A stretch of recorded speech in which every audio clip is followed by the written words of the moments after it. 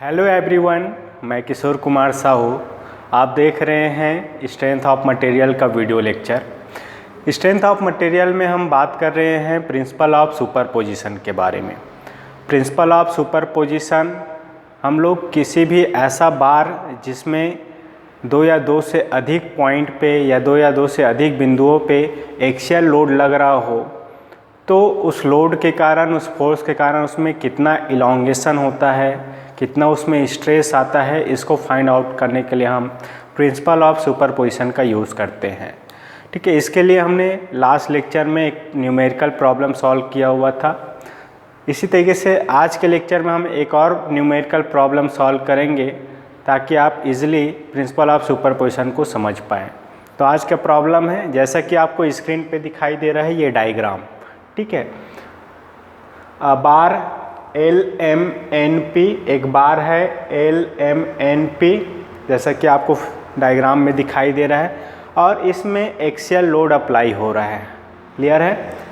देखिए यहाँ पे L पॉइंट पे 50 किलोन्यूटन का फोर्स लेफ्ट के तरफ, पॉइंट M पे P के तरफ राइट के तरफ P फोर्स, और पॉइंट N पे लेफ्ट के तरफ 500 किलो न्यूटन, और P पे राइट के तरफ 200 किलो न्यूटन का फोर्स अप्लाई हो रहा है।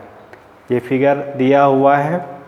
इसके अलावा आप देखेंगे कि LM की जो लंबाई है 1000 मिलीमीटर है और इसका cross section area 600 millimetre square है। ठीक है, M से N वाला जो हिस्सा है उसकी लंबाई 1000 मिलीमीटर और इसका cross section area 2400 millimetre square है। वैसे ही N से P वाले हिस्से की लंबाई 600 मिलीमीटर और इसका cross section area 1200 millimetre square है ना। एक सिंगल मटेरियल से बना हुआ रॉड है जिसमें 4 एक्सियल लोड एक्ट कर रहा है, एक्सियली ये एक्ट कर रहा है, और ये जिस भी मटेरियल से बना हुआ है इसके लिए मॉडुलस ऑफ इलास्टिसिटी E का वैल्यू दिया हुआ है 210 गीगा न्यूटन पर मीटर स्क्वायर। क्लियर है? तो हमने लास्ट लेक्चर में देखा था कि एक सिंगल मटेरियल से रॉड बना हुआ है और उसके अलग अलग 4 बिंदुओं पे लोड एक्ट कर रहा था, लेकिन उस प्रॉब्लम में जो पूरी लंबाई में जो रॉड है उसका पूरी लंबाई में क्रॉस सेक्शन एरिया कांस्टेंट था, एक ही जैसा था। लेकिन यहाँ पे जो रॉड हमें दिया हुआ है इसका टोटल लंबाई आप देखेंगे तो उसके अलग अलग हिस्से का जो क्रॉस सेक्शन एरिया है वो अलग अलग है ना। LM का क्रॉस सेक्शन एरिया अलग, M से N तक का क्रॉस सेक्शन एरिया अलग, और N से P वाले हिस्से का क्रॉस सेक्शन एरिया अलग है ना। मतलब ये रॉड जो है एक कांस्टेंट क्रॉस सेक्शन एरिया से नहीं है। ठीक है, तो इस तरीके के रॉड को हम लोग बोलते हैं कंपाउंड रॉड या कंपाउंड बार। कंपाउंड बार ऐसा बार होता है जो एक ही मटेरियल से बना हो, है ना, और जिसके अलग अलग पॉइंट पे इस तरीके से एक्सियल लोड एक्ट कर रहा हो। ये पूरा एक ही मटेरियल से बना हुआ रॉड है। तो इस प्रॉब्लम में हमें क्या चीज़ फाइंड आउट करनी है? इसमें हमें 2 चीज़ें फाइंड आउट करनी है। पहली है कि ये जो लोड या फोर्स P यहाँ पे एक्ट कर रहा है इसका वैल्यू क्या होगा इक्विलिब्रियम कंडीशन के लिए। मतलब ये रॉड इक्विलिब्रियम कंडीशन पे हो उसके लिए ये P का वैल्यू क्या होगा, ये पहली चीज़ हमें फाइंड आउट करनी है। दूसरी चीज़ कि ये 4 फोर्स जो ऐड कर रहा है तो इसके कारण इस रॉड में टोटल इलॉन्गेशन कितना होगा, टोटल इलॉन्गेशन ऑफ बार, ये हमें फाइंड आउट कर, मतलब ये लोड के कारण इसके लंबाई में कमी या बढ़ोतरी होगा, ये हमें फाइंड आउट करनी है। क्लियर है? तो 2 चीज़ें हमें फाइंड आउट करनी है। तो P फोर्स हम इजीली फाइंड आउट कर सकते हैं। कैसे? देखिए, इक्विलिब्रियम कंडीशन पे होता है, तो इक्विलिब्रियम कंडीशन में क्या होता है, कोई भी रॉड है या कोई बॉडी है तो उसमें जो भी फोर्स लग रहा है उसका सम 0 होता है ना। या यहाँ पे केवल हॉरिजॉन्टल डायरेक्शन में फोर्स लग रहा है या एक्स डायरेक्शन में फोर्स लग रहा है, तो लेफ्ट डायरेक्शन में लगने वाला फोर्स और राइट डायरेक्शन में लगने वाला फोर्स क्या होगा, इक्वल होगा। क्लियर है? तभी ये रॉड क्या होगा, इक्विलिब्रियम कंडीशन पे। तो पहली चीज़ हमें फाइंड आउट करनी है force P for equilibrium condition, है ना। फॉर इक्विलिब्रियम कंडीशन रॉड पे जो फोर्स लग रहा है लेफ्ट डायरेक्शन में और राइट डायरेक्शन में, ये दोनों इक्वल होगा। तो लेफ्ट डायरेक्शन में फोर्स कौन सा लग रहा है, देखिए एल पॉइंट पे 50 किलोन्यूटन का फोर्स लग रहा है और एन पॉइंट पे 500 किलोन्यूटन का फोर्स लग रहा है। तो इसको आप ऐड कर दीजिए, 50 किलोन्यूटन प्लस 500 किलोन्यूटन, ये किसके बराबर होगा, राइट डायरेक्शन में लगने वाले फोर्स, मतलब P और 200 ये राइट डायरेक्शन में लग रहा है, तो P प्लस 200 किलोन्यूटन, है ना। ऐसा कंडीशन होगा इक्विलिब्रियम में। यहाँ से हमें फोर्स P का वैल्यू इजीली मिल जाएगा। P को आप कैलकुलेट कर सकते हैं, यहाँ ये वैल्यू हमें मिल जाएगा 350।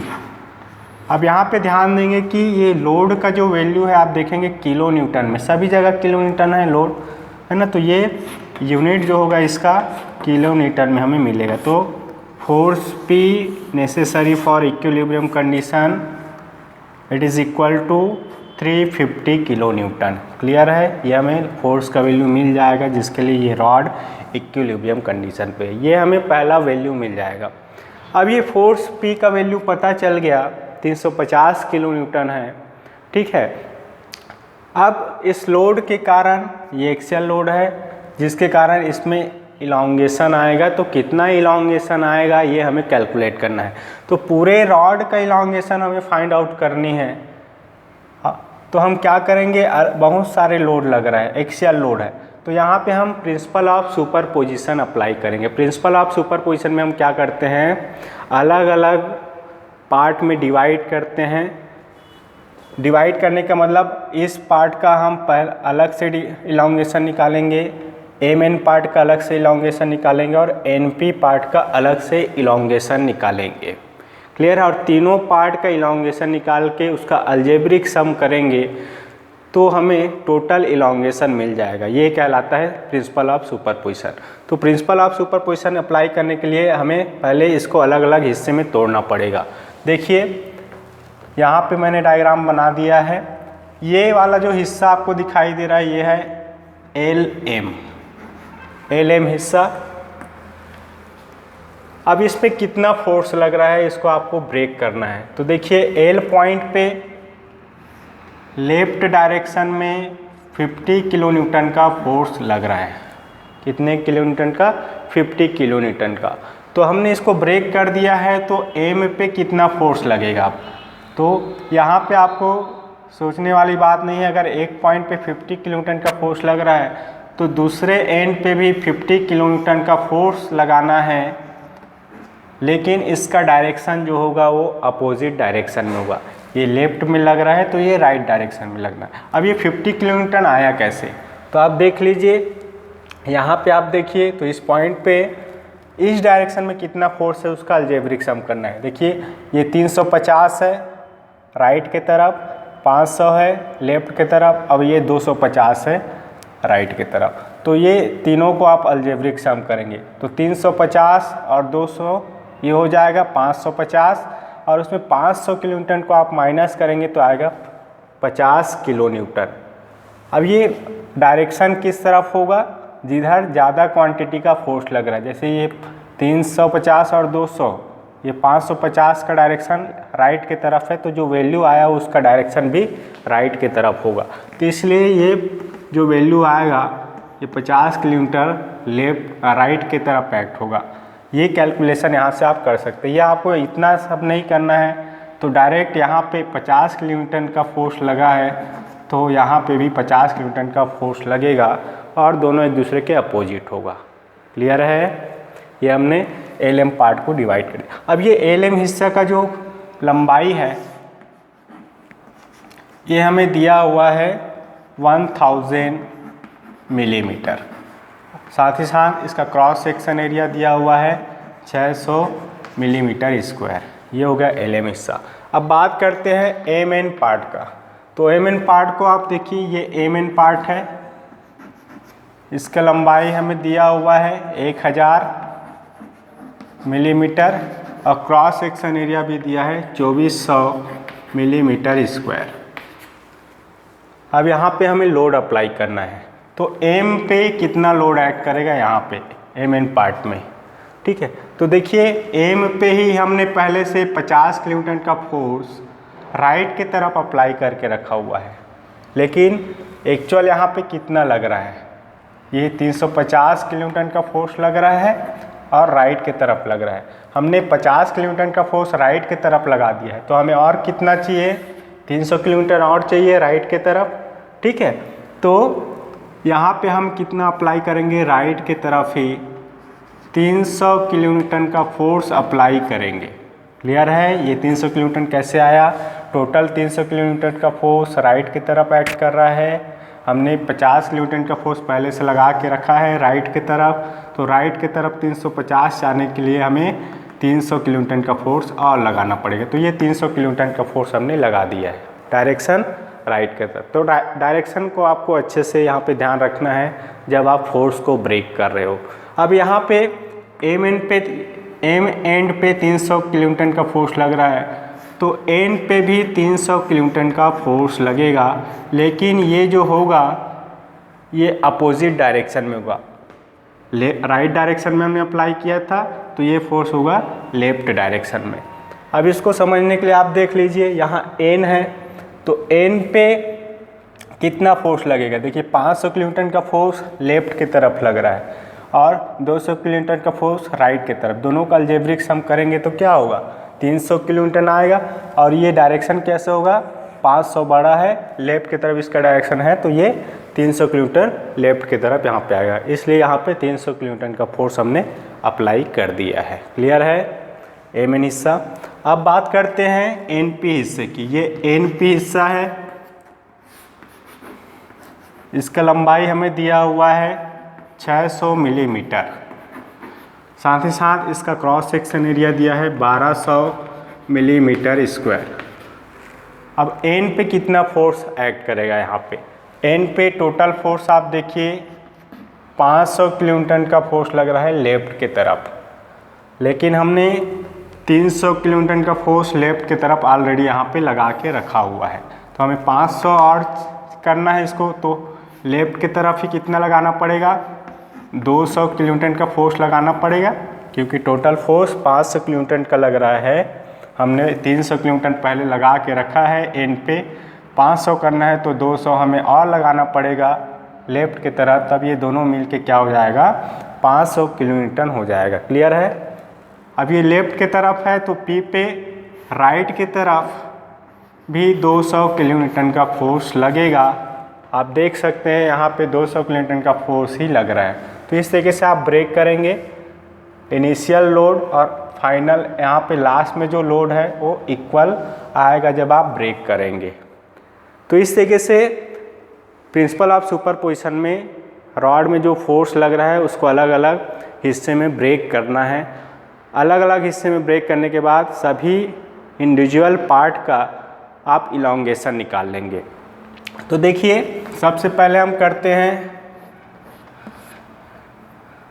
टोटल इलॉन्गेशन हमें निकालना है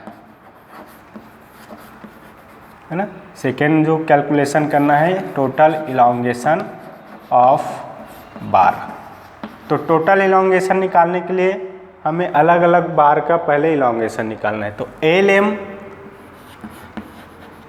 elongation of part L M में कितना इलॉन्गेशन होगा, ये एल एम। अब एल एम में देखिए 50 किलोन्यूटन का टेंशन फोर्स लग रहा है। मान लो इसमें इलॉन्गेशन हो रहा है डेल एल 1। इलॉन्गेशन क्या होगा, वृद्धि होगा, लंबाई में वृद्धि, क्योंकि टेंशन फोर्स लग रहा है। तो इलॉन्गेशन का फॉर्मूला क्या होता है, P1 L1 अपान E A1। अब यहाँ पे P1 क्या है, यहाँ पे जो लोड लग रहा है 50 किलोन्यूटन, L1 इसकी लंबाई है 1000 मिलीमीटर, E का वैल्यू हमें दिया हुआ है मॉडुलस ऑफ इलास्टिसिटी, और A1 इसका क्रॉस सेक्शन एरिया। इस बार एरिया अलग अलग है इसलिए मैंने यहाँ पे A1 लिखा हुआ है। अब यहाँ पे वैल्यू पुटअप करेंगे, लेकिन जब वैल्यू पुटअप कर रहे हैं तो यहाँ पे यूनिट को ध्यान रखना है कि सभी यूनिट एक जैसे हो। मान लो फोर्स है, यहाँ पे किलो न्यूटन है, यहाँ पे गीगा न्यूटन है, तो इसको आप एक सिंगल यूनिट में कन्वर्ट करेंगे। मान लो न्यूटन में कन्वर्ट कर रहे हैं तो न्यूटन में पहले लेंगे, फोर्स का वैल्यू न्यूटन में लेना है ना। लेंथ के यूनिट मिलीमीटर में है, यहाँ पे भी मिलीमीटर में है, यहाँ पे मीटर स्क्वायर है, तो इसको आप एक यूनिट में कन्वर्ट कर लेंगे, मीटर में करें या मिलीमीटर में करें। मान लो हम फोर्स का यूनिट न्यूटन में रख रहे हैं और लेंथ का यूनिट मिलीमीटर में रख रहे हैं। आप हमेशा ऐसा लेके चलिए कि फोर्स का यूनिट हमें न्यूटन में रखना है और लेंथ का यूनिट मिलीमीटर में। क्लियर है? तो देखिए P1 कितना है, 50 किलोन्यूटन, तो 50 किलोन्यूटन है। न्यूटन में कन्वर्ट करने के लिए क्या करेंगे, 1000 से इसको मल्टीप्लाई कर देंगे, ये हो गया P1 का वैल्यू। L1 1000 मिलीमीटर, ये मिलीमीटर में ही है, इसको कोई टेंशन नहीं है, ठीक है। E का वैल्यू आप देखिए, E का वैल्यू हमें 210 गीगा न्यूटन पर मीटर स्क्वायर है, तो इसको न्यूटन पर मिलीमीटर स्क्वायर में करेंगे तो क्या हो जाएगा, 210 गुना 10⁹ न्यूटन पर मीटर स्क्वायर। ये अभी क्या हुआ, गीगा है, मतलब 10⁹ से गुना कर देंगे तो न्यूटन में कन्वर्ट होगा, लेकिन यहाँ पे मीटर स्क्वायर है तो इसको mm स्क्वायर में कन्वर्ट करने के लिए क्या करेंगे, देखिए 10⁶ से इसको डिवाइड करेंगे तो ये बचेगा 210 गुना 10⁻³ न्यूटन पर मिलीमीटर स्क्वायर। तो इस तरीके से इसको आप कन्वर्ट कर लेंगे। क्लियर है? लास्ट लेक्चर में हमने बताया था रिलेशन कि गीगा न्यूटन और मेगा न्यूटन को कैसे कन्वर्ट किया जाता है। तो ये गीगा न्यूटन पर मीटर स्क्वायर को हमने न्यूटन पर मिलीमीटर स्क्वायर में कन्वर्ट कर दिया। तो ये E का वैल्यू आप रखेंगे तो ये क्या हो जाएगा, 210 गुना 10⁻³ न्यूटन पर millimetre square into area millimetre square में ही है तो इसको आप रख देंगे 600 मिलीमीटर स्क्वायर। तो यहाँ से हमें मिल जाएगा डेल L1 की वैल्यू। इसको आप कैलकुलेटर से सॉल्व करेंगे तो ये वैल्यू हमें मिल जाएगा 0.397 मिलीमीटर। क्लियर है? ये हमें मिला पार्ट LM का इलॉन्गेशन। अब ये टेंशन फोर्स है, ये वृद्धि हो रहा है, इसलिए ये वैल्यू जो होगा ये क्या होगा, पॉजिटिव होगा, 0.397 मिलीमीटर। ऐसे ही पार्ट MN में इलॉन्गेशन निकाल लो। Elongation in part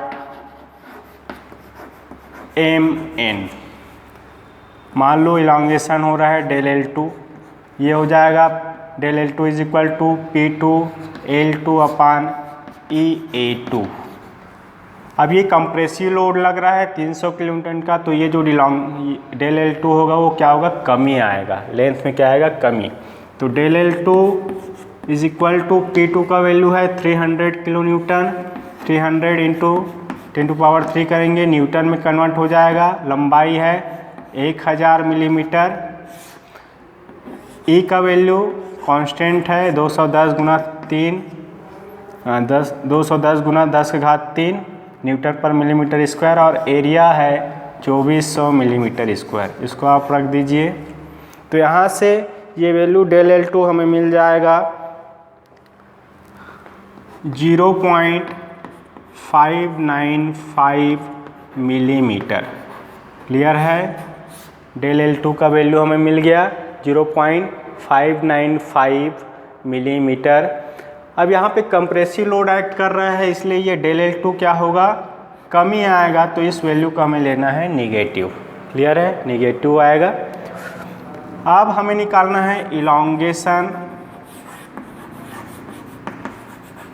in part NP। NP हिस्से में कितना इलॉन्गेशन होगा। और यहाँ पे टेंशन फोर्स लग रहा है तो इसके लंबाई में वृद्धि होगा। कितना वृद्धि हो रहा है, मान लो डेल L3, तो डेल L3 हो जाएगा P3 L3/EA3। क्लियर है? Del L3 is equal to P3 है 200 किलोन्यूटन, 200 गुना 10⁻³ न्यूटन में कन्वर्ट हो जाएगा। L3 लंबाई है 600, E का वैल्यू है 210 गुना 10 का घात 3 और एरिया का वैल्यू है 1200 मिलीमीटर स्क्वायर, ये वैल्यू है।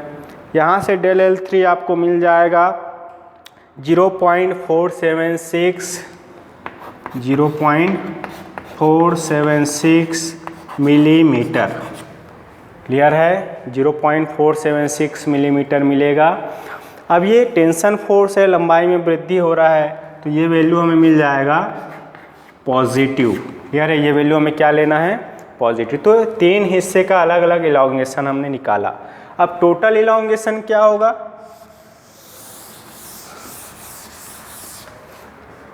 Total elongation in bar del L is equal to del L1 algebraic sum करना है, यही प्रिंसिपल ऑफ सुपरपोजिशन है। टोटल इलॉन्गेशन अलग अलग पार्ट के इलॉन्गेशन के अलजेब्रिक सम के बराबर होगा। अलजेब्रिक सम मतलब वृद्धि है तो प्लस लेना है, कमी है तो माइनस। डेल L1 वृद्धि है प्लस माइनस, डेल L2 क्या है, कमी है इसलिए माइनस, और डेल L3 ये भी वृद्धि है इसलिए प्लस। वैल्यू आप पुटअप कर दीजिए। डेल L1 0.397 माइनस 0.595 प्लस 0.476, ये मिलीमीटर में है। क्लियर है, इस तरीके से ये वैल्यू हमने रख दिया है। इसको आप सॉल्व करेंगे कैलकुलेटर से तो ये मिल जाएगा 0.278 यूनिट है मिलीमीटर। तो ये टोटल इलॉन्गेशन हमें मिल जाएगा 0.278 मिलीमीटर, जो कि रॉड का इलॉन्गेशन है। ये वैल्यू हमें क्या मिलेगा, पॉजिटिव मिलेगा। इसको आप सॉल्व करेंगे तो ये वैल्यू क्या मिलेगा, पॉजिटिव। पॉजिटिव का मतलब ये है कि ये जो रॉड में जो फोर्स लग रहा है, 4 फोर्स, इसके कारण इस रॉड के लंबाई में वृद्धि आएगा। क्लियर है, प्लस आया मतलब इसमें वृद्धि होगा, इलॉन्गेशन होगा। अगर ये माइनस में आता तो इसमें टोटल लंबाई में कमी आता। क्लियर है, तो इस तरीके से हम किसी भी रॉड जो कि क्या है, कंपाउंड रॉड है, उसमें एक से अधिक फोर्स ऐड कर रहा है, एक्सियल फोर्स है, तो वहाँ पे प्रिंसिपल ऑफ सुपरपोजिशन को अप्लाई करके हम टोटल इलॉन्गेशन फाइंड आउट कर सकते हैं। आई होप कि आज के प्रॉब्लम का सॉल्यूशन आपको समझ में आया होगा। आज के इस लेक्चर में इतना ही। Thank you for watching this video, keep smiling.